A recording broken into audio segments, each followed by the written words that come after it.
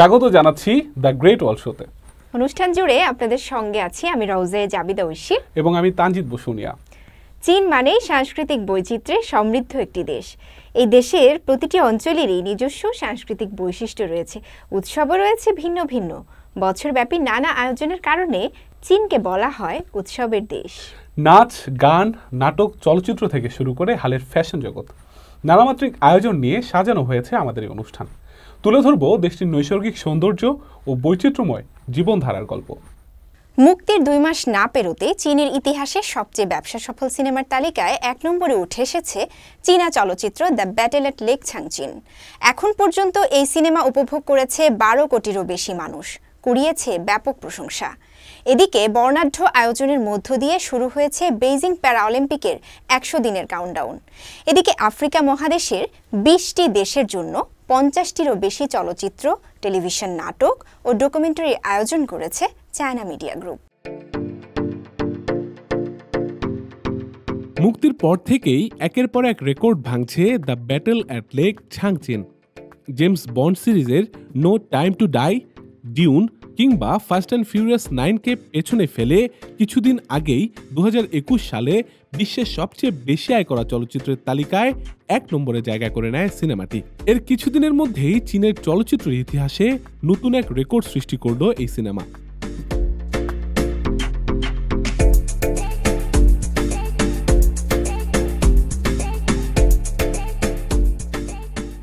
মুক্তির 2 মাসের মধ্যেই চীনের চলচ্চিত্র ইতিহাসে সবচেয়ে বেশি আয় করা চলচ্চিত্রের তালিকায় 1 নম্বরে উঠে এসেছে দ্য ব্যাটেল অ্যাট লেক চাংচিন।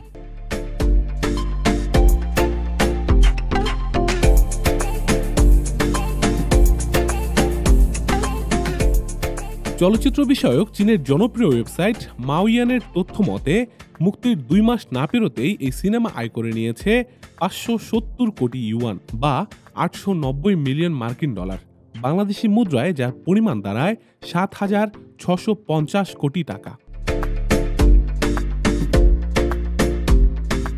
প্রতিটি ভবনেই আলোর মিছিল, দেখে মনে হবে যেন বর্ণিল আলোর মহাসমারোহ। আলোর এই বন্যায় প্লাবিত ছ্যাংচিয়াকৌ, বেইজিং অলিম্পিক্সের 3টি ভেন্যুর মধ্যে অন্যতম এই ছ্যাংচিয়াকৌ ভেন্যু। চীনের রাজধানী বেইজিং ও হেবেই প্রদেশের মধ্যবর্তী এই স্থানে তাই তো বসেছে আলোর মেলা। কমলা ও নীল রঙের আলোক ছটায় উদ্ভাসিত পুরো এলাকা। খেলা চলাকালীন বিদ্যুৎ সঞ্চালন সহ নানা বিষয় পরীক্ষাও চলছে আলোর এই মহড়ার মাধ্যমে। অলিম্পিক শুরুর আগে আলোর এই বর্ণাঢ্য আয়োজনে বিমোহিত চীনারা।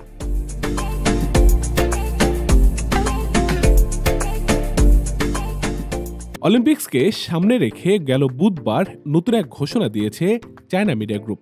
এই আসরে virtual sign language news anchor হিসেবে থাকছে আর্টিফিশিয়াল ইন্টেলিজেন্স। মূলত 2 হাতের বিভিন্ন আকারভঙ্গি ও সাইনের মাধ্যমে বিশ্বের শ্রবণ প্রতিবন্ধীদের কাছে অলিম্পিক্সের বার্তা পৌঁছে দেবে এই ভার্চুয়াল সংবাদ উপস্থাপক।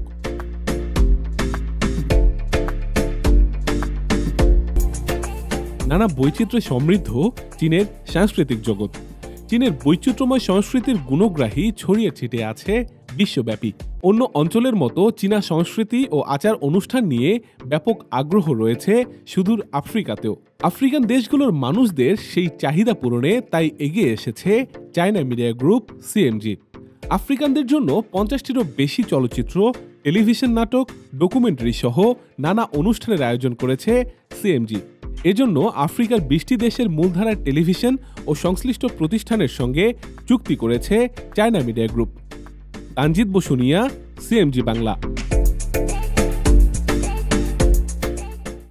আচ্ছা ঐশী, আপনি বলুন তো বিশ্বের বৃহত্তম ট্রেড মার্কেট কোথায় অবস্থিত? নিশ্চয়ই সেটি চীনে অবস্থিত এবং আমার কাছে মনে হয় যেহেতু চীন অর্থনৈতিক পরাশক্তির সবচেয়ে বড় একটি দেশ, কাজেই ট্রেড মার্কেট চীনে অবস্থান করাটা খুবই স্বাভাবিক। আপনি একদম ঠিক ধরেছেন। বিশ্বের বৃহত্তম ট্রেড মার্কেট বলা হয় ইউ আন্তর্জাতিক ট্রেড মার্কেটকে। বিশাল জায়গা জুড়ে বিস্তৃত এই ট্রেড মার্কেটে 20টি দেশের পণ্য কেনাকাটা হয় এবং মজার ব্যাপার হচ্ছে যে বাংলাদেশি পণ্য ওখানে কেনাবেচা হয়। একদম। দর্শক, আমরা এতক্ষণ কথা বলছিলাম বিশ্বের বৃহত্তম ট্রেড মার্কেট ইউ আন্তর্জাতিক ট্রেড মার্কেট নিয়ে।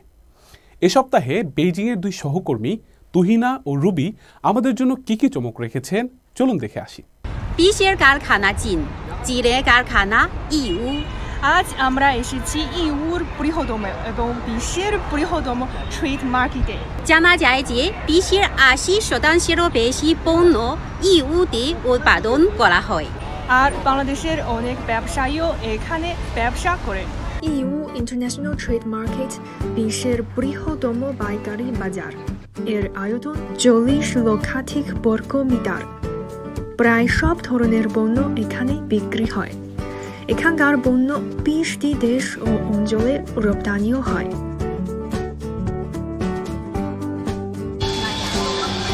খুব মজার একটা জিনিস আবিষ্কার করেছি, একটা স্মল পেন। বাংলাদেশের মতো গরম দেশে এইভাবে অনেক কাজে লাগাবে। চীনের সংস্কার ও উন্মুক্তকরণ নীতি চালুর পর ইউ দ্রুত উন্নত হতে থাকে। কয়েক দশকের মধ্যে ইউ একটি ছোট জেলা থেকে বিশ্বের বৃহত্তম পাইকারি বাজারের শহরে পরিণত হয়। এখানকার মানুষের জীবনও অনেক বদলে গেছে। চীনের জনপ্রিয় টিভি সিরিজ পালক আকাশে উড়ে ইউর এক ব্যবসায়ীর গল্প বলেছে। এই ব্যবসায়ী নিজের চেষ্টায় প্রাপ্ত সুযোগ কাজে লাগিয়ে সাফল্য অর্জন করেন। তার গল্প ইউর অনেকের বাস্তব অভিজ্ঞতার প্রতিফলন করেছে। এই টিভি সিরিজ 2019 সালে বাংলাদেশের একটি টিভি চ্যানেল প্রচারিত হয়। আসলে ইউ শহরে ঐতিহ্যগত ব্যবসা ছাড়া বর্তমান ই-কমার্স অনেক উন্নত হয়েছে। আমার পেছনে একজন মেয়ে অনলাইনে কেনাকাটা লাইভ শো করছে, আর আমি তো স্মার্টফোনে তাদের লাইভ শো দেখে সরাসরি কেনাকাটা করতে পারি।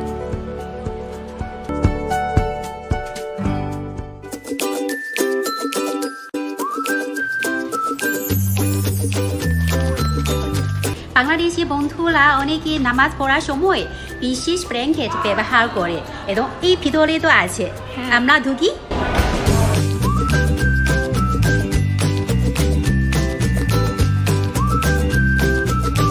বর্তমান ইউ হচ্ছে চীনের অবাধ বাণিজ্য পরীক্ষা এলাকা।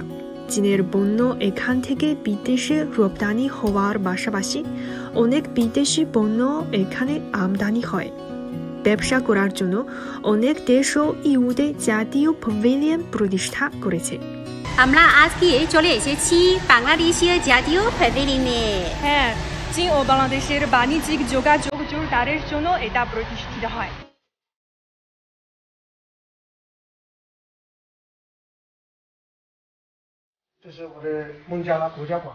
চীনা ব্যবসায়ী মিস্টার হোয়াং বাংলাদেশের সঙ্গে প্রায় 4 বছর ধরে ব্যবসা করেন। 3 বছর আগে তিনি এখানে বাংলাদেশ জাতীয় প্যাভিলিয়ন প্রতিষ্ঠা করেন। তিনি এখান থেকে বাংলাদেশ মূলত জিপার রপ্তানি করেন এবং বাংলাদেশ থেকে পাটের তৈরি পণ্য আমদানি করেন।我感觉孟加拉现在这个盐商环境非常不错，因为我去了孟加拉已经超过5次，从我第一次去，到最后一次，我感觉变化非常大。开始的时候，我们从孟加拉进口的商品是只有几千、1万的过来，到现在呢也发展到了100万、100万金额以上的这个贸易额。那在后面呢，我认为是还有上升很大的空间。孟加拉政府非常支持我们中国的商品进入孟加拉，从孟加拉的商品出口到中国，当地政府的一些支持非常的就是认真，也非常的欢迎我们中国跟孟加拉这个经济贸易往来更好更多更大的发展，我非常有信心。ইউ রয়েছে উন্নয়নের বিপুল সম্ভাবনা।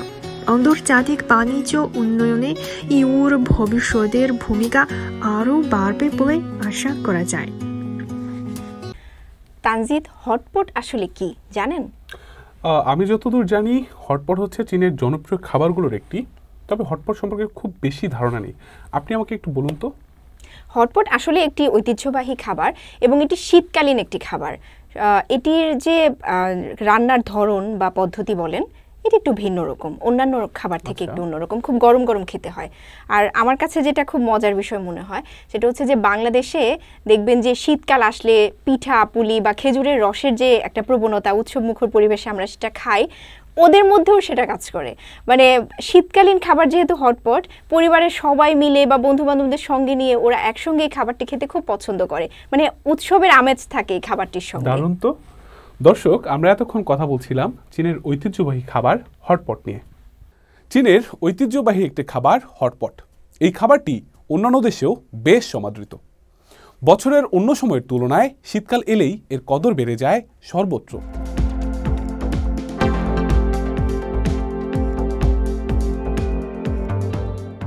চীনে শীতকালীন বিভিন্ন খাবারের মধ্যে হটপট বেশ জনপ্রিয় একটি খাবার।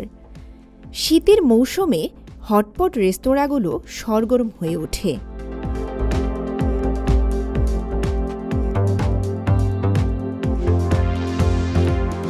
দক্ষিণ পশ্চিম চীনের ইউনান প্রদেশের হটপট রেস্তোরাঁয় বিক্রি বেড়েছে, কারণ হটপটকে শীতকালের আরামদায়ক খাবার বলা হয়। এই সময়টাতে চীনারা বন্ধু এবং পরিজনদের সঙ্গে নিয়ে বিভিন্ন রেস্টুরেন্টে গিয়ে এই খাবার উপভোগ করে থাকেন। শীতকালে হটপট খেলে উষ্ণ লাগে, পরিবারের সবাই মিলে এটি খেতে আমরা খুব পছন্দ করি। এই খাবারের বিশেষত্ব হচ্ছে এটি খুব গরম অবস্থায় খেতে হয়। একটি বড় পাত্রে বিভিন্ন ধরনের শাকসবজি এবং মাংসের সমন্বয়ে এটি তৈরি করা হয়। শীতের আগমনে দক্ষিণ পশ্চিম চীনে হটপট উপাদানেরও বিক্রি বেড়েছে। 7 বছর আগে দক্ষিণ পশ্চিম চীনের ছংচিংয়ে বসবাসরত একজন ইতালিয়ান নাগরিক লুইসি জিয়ানলুকা 2017 সালে একটি হটপট রেস্তোরাঁ খুলেন। এরপর একে একে বিশ্বের 8টি দেশে তিনি প্রতিষ্ঠা করেন হটপট রেস্তোরাঁ। এভাবে স্থানীয় সংস্কৃতি এবং খাদ্যাভ্যাসকে সমন্বয় করে চীনের হটপট বিশ্বব্যাপী ছড়িয়ে পড়েছে। আমি চীনে গিয়ে একটা ব্যাপার লক্ষ্য করলাম, তাদের ঐতিহ্যগত হটপট খাবারটি বেশ জনপ্রিয়। সেখানে এই খাবারের অনেক রেস্তোরাঁ আছে, এগুলো সব সময় সরগরম থাকে। বিদেশিদের এই খাবারের রন্ধন প্রণালীর ব্যাপারে বেশ কৌতূহল রয়েছে, তাই সিদ্ধান্ত নিলাম এটিকে বাণিজ্যিকভাবে ছড়িয়ে দেওয়ার।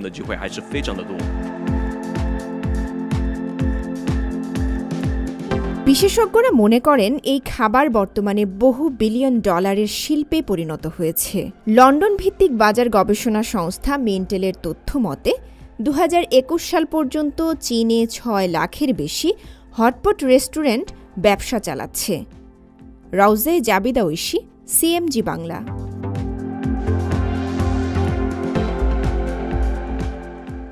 শীতকাল শুরুর পর চীনের উইগর স্বায়ত্তশাসিত অঞ্চল সিনচিয়াংয়ে তুষারে ঢেকে গেছে বিশাল সব প্রান্তর। সিনচিয়াংয়ের অপরূপ প্রকৃতি আর সংস্কৃতিকে পর্যটকদের কাছে তুলে ধরতে আয়োজন করা হয়েছে শীতকালীন মেলার।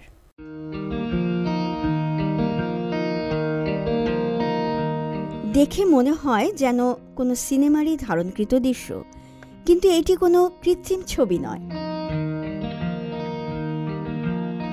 বরফের উপর দিয়ে দুরন্ত বেগে ঘোড়ায় ছুটে চলা, স্কি লিফটে ওঠা এবং স্নো স্পোর্টসের নানা আয়োজন। শুরু হয়েছে 15তম শীতকালীন পর্যটন বাণিজ্য মেলা এবং উত্তর পশ্চিম চীন ট্যুরিজম মার্কেটিং কনফারেন্স। চীনের উইগুর স্বায়ত্তশাসিত অঞ্চল সিনচিয়াংয়ের আলতাই প্রিফেকচারে ফুইউন জেলায় এই মেলা শুরু হয়েছে। সিনচিয়াংয়ের প্রকৃতি ও সংস্কৃতি এবং সিল্ক রোডের ঐতিহ্যকে তুলে ধরাই এই মেলার মূল উদ্দেশ্য। মেলায় রয়েছে চীনের ঐতিহ্যবাহী ভেষজ জিনসেংয়ের তৈরি পানীয় এবং নানা রকম সামগ্রী। এই অঞ্চলের ঐতিহ্যবাহী বিভিন্ন সাংস্কৃতিক রীতিনীতি ও খেলা পর্যটকদের ভীষণ আকর্ষণ করছে। এখানকার ট্যুরিজমকে উৎসাহিত করার জন্য আলাদা একটি উদ্যোগের নাম silk road magical north West. আসন্ন বেইজিং শীতকালীন অলিম্পিক্স উপলক্ষে চীন জুড়ে 300 মিলিয়ন মানুষকে বরফ ক্রীড়ায় সম্পৃক্ত করার বিশাল কর্মসূচিরও একটি অংশ এই মেলা।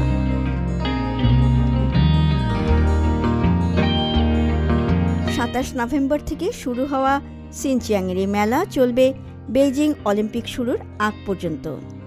শান্তা মারিয়া, সিএমজি বাংলা। চীনের প্রাচীন বই সংরক্ষণে কাজ করছেন উদ্যমী তরুণী লিউ লিউ। এ কাজে বেশ সতর্ক ও ধৈর্যশীল থাকতে হয় তাকে, কারণ এসব প্রাচীন বই বহন করছে চীনের হাজার বছরের ইতিহাস আর ঐতিহ্য। একটি দেশের গ্রন্থাগারের দিকে তাকালেই বুঝতে পারা যায় কতটা সমৃদ্ধ সে দেশ। সমৃদ্ধ গ্রন্থাগার সব সময় জাতিকে পথ দেখায় আলোর দিকে, আর সে পথেই এগিয়ে চলে দেশের মানুষ। গ্রন্থাগারটি চীনের বেইজিংয়ের ক্যাপিটাল লাইব্রেরি অফ চায়না হিসেবেই বেশি পরিচিত এটি। আধুনিক বইয়ের পাশাপাশি এখানে রয়েছে কয়েক শতক আগের প্রাচীন বইও। এসব প্রাচীন বই নতুনভাবে সংরক্ষণ করছেন বেশ কয়েকজন অভিজ্ঞ মানুষ। এদের একজন লিউ লিউ। ২৬ বছর বয়সী এই তরুণী ভীষণ সৃজনশীল। ঐতিহ্য সংরক্ষণে অসাধারণ অবদান রাখাই উদ্যমী এসব ব্যক্তিদের বলা হয় প্রাচীন বইয়ের চিকিৎসক। সকাল সকাল প্রস্তুত হয়ে যান লিউ। রেস্তোরাঁ থেকে খাবার নিয়ে পছন্দের বাইসাইকেলে করে রওনা হন গ্রন্থাগারের পথে। গ্রন্থাগারে এসেই নিজের কাজ বুঝে নিয়েছেন লিউ।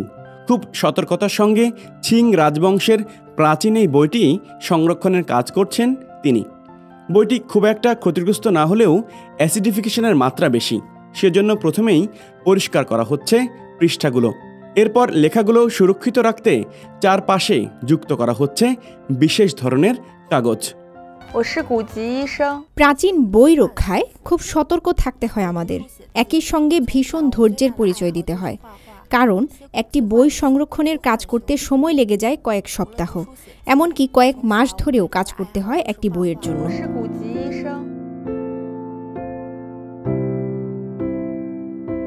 তার সহকর্মীরাও বেশ যত্নের সঙ্গে কাজ করেন এখানে।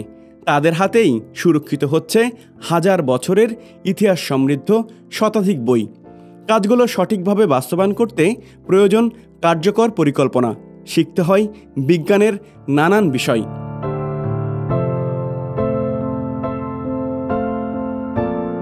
চোখ জোড়ানো সব ছবি আঁকাই বেশ পারদর্শী তিনি।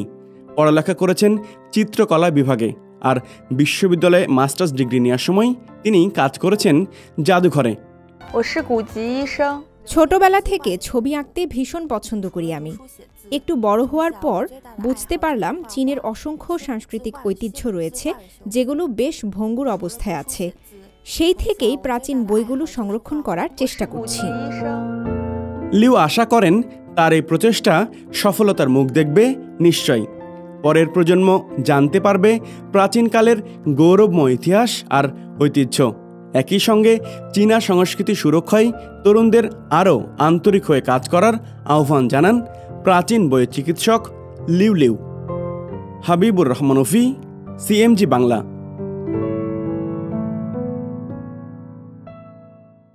একটি বই পাগল বালকের গল্প। 9 বছরের খাইখাইয়ের সবচেয়ে বেশি প্রিয় হচ্ছে গল্পের বই পড়ে দাদাকে শোনানো এবং দূরে থাকা বাবা মায়ের সঙ্গে ফোনে কথা বলা। কিন্তু দাদার মৃত্যু যেন সবকিছু ওলটপালট করে দেয়। দাদা নাতি ও শিল্পায়নের সময়ে চীনের সামাজিক সমস্যার গল্প নিয়ে নির্মিত সিনেমা দ্য রিডিং বয়।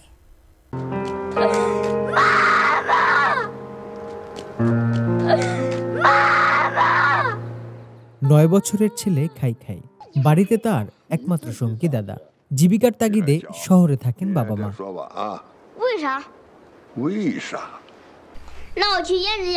খাইখাইয়ের বন্ধু তালিকায় যুক্ত হলো কুড়িয়ে পাওয়া কুকুর। দেখতে কিউট হলেও অনেক ভীতু সে। মনে হয় যেন একটু ঘেউ ঘেউ করারও সাহস নেই তার।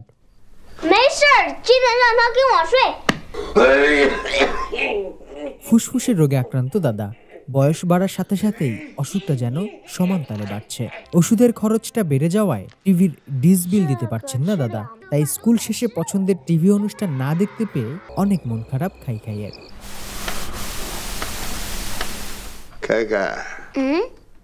খাইখাইয়ের মন ভালো করার জন্য দাদা প্রস্তাব দেন তাকে গল্পের বই পড়ে শোনানোর। প্রথমে অমত থাকলেও কোনো কাজ না থাকায় দাদার প্রস্তাব মেনে নেয় সে। প্রথমে পাঠ্য বইয়ের গল্প, তারপর স্কুল লাইব্রেরি থেকে সংগ্রহ করে পড়া। আস্তে আস্তে এই বই পড়া আর শোনা যেন দাদা নাতির নেশায় পরিণত হলো।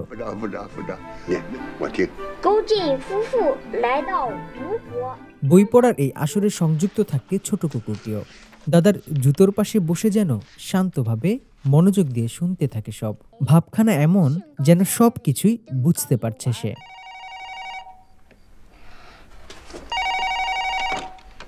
প্রতি রাতে বই পড়া ছাড়াও খাইখাইয়ের কাছে আরেকটি আনন্দের বিষয় হলো বাবার কল পাওয়া। মুখে না বললেও বাবা মাকে খুব মিস করে সে। বাবা মাকে মিস করার এই অনুভূতি কখনো কাউকে বলে না সে, কারণ সে জানে এ ব্যাপারে দাদার কিছু করার নেই।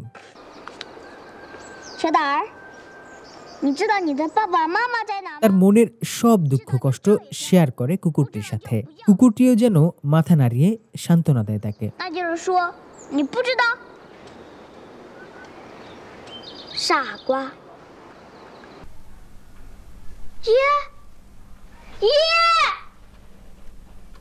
হঠাৎ একদিন নীরবেই চলে যান দাদা।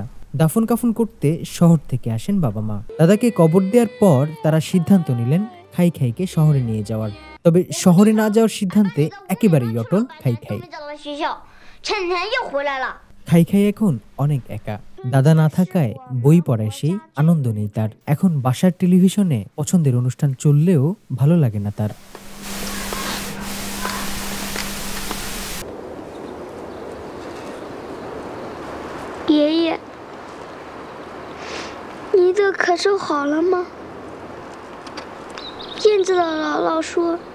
দাদার কবরের পাশে কান্নাজড়িত খাইখাইয়ের আকুতি। দাদা, আপনার কাশি কি ভালো হয়েছে? আপনি কি আমাকে মিস করেন? আমাকে মিস করলে আমার স্বপ্নে অবশ্যই আসবেন, আমার সাথে দেখা করবেন।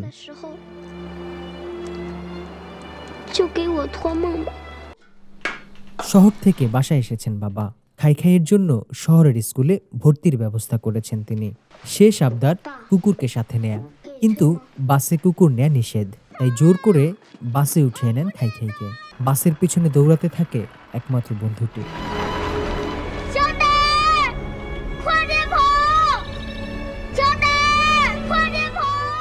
2012 সালে মুক্তিপ্রাপ্ত দি রিডিং বয় সিনেমায় তুলে ধরা হয় চলমান শিল্পায়নে চীনের একটি সামাজিক সমস্যার গল্প। অসাধারণ সব সংলাপে ভরপুর সিনেমাটি মন কেড়েছে নেটিজেনদের।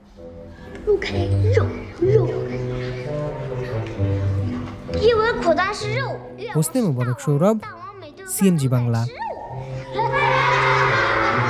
দর্শক, দ্য গ্রেট ওয়াল শো আজ এ পর্যন্তই। পরবর্তী আয়োজন দেখার আমন্ত্রণ জানিয়ে বিদায় নিচ্ছি আমরা।